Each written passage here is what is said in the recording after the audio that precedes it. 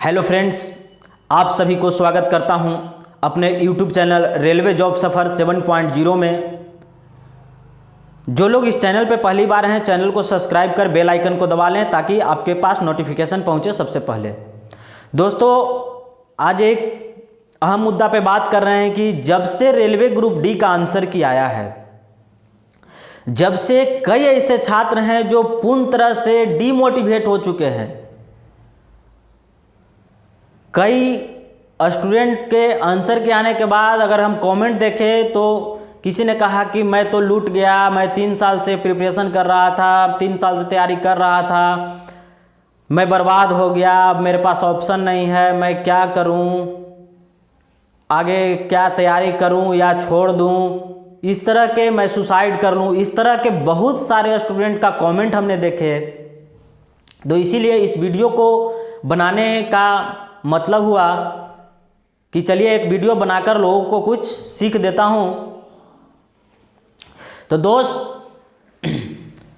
जब तक आप असफल हो गए, जब तक आप असफल होते रहोगे, तब तक आपके अंदर कुछ न कुछ कमी मिलेगी।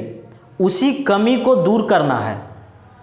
अगर असफल होने के बाद अगर आप फिर छोड़ दोगे तो फिर कुछ नहीं होगा। असफल होने के बाद आप अपने कमी को देखो कि कौन सा सेक्शन में मेरा कमी हो गया, मैथ में कमी हो गया, रीजनिंग में कमी हो गया, जीके जीएस में कमी हो गया, कि करेंट अफेयर में कमी हुआ गया।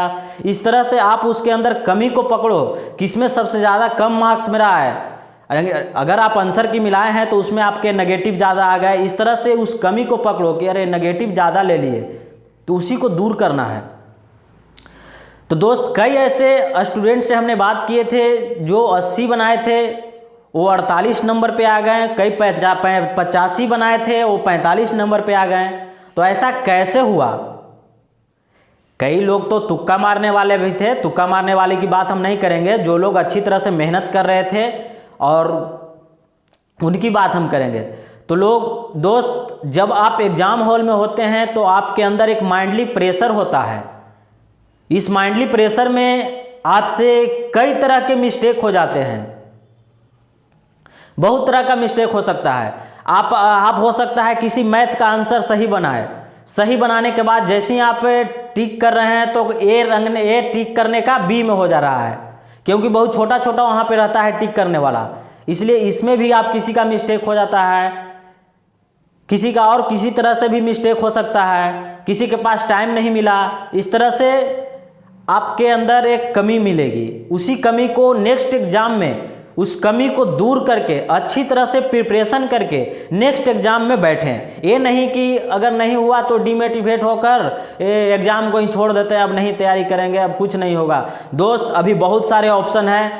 आपको 2023 में बहुत सारे वैकेंसियाँ मिलेगी। एनटीपीसी की आ सकती है, एएलपी टेक्नीशियन तो आएगी ही आएगी, जिसमें अच्छा खासा पोस्ट आएगा। उसका प्रिपरेशन अभी से ही तैयारी कर दें। इस तरह से डीमोटिवेट होने की जरूरत नहीं है। एक अंदर से अलग ऊर्जा लाइए और उसके बाद फिर से अगले तैयारी में लग जाइए। और जब तक वो ग्रुप डी का जो आंसर किया है वो 1 महीना में रिजल्ट आएगा, तब तक आप कुछ वेट करते रहिए।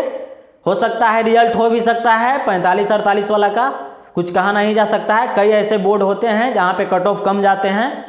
इसलिए अभी से ही ज़्यादा डीमोटिवेट होने की जरूरत नहीं है। एक अलग ऊर्जा के साथ आप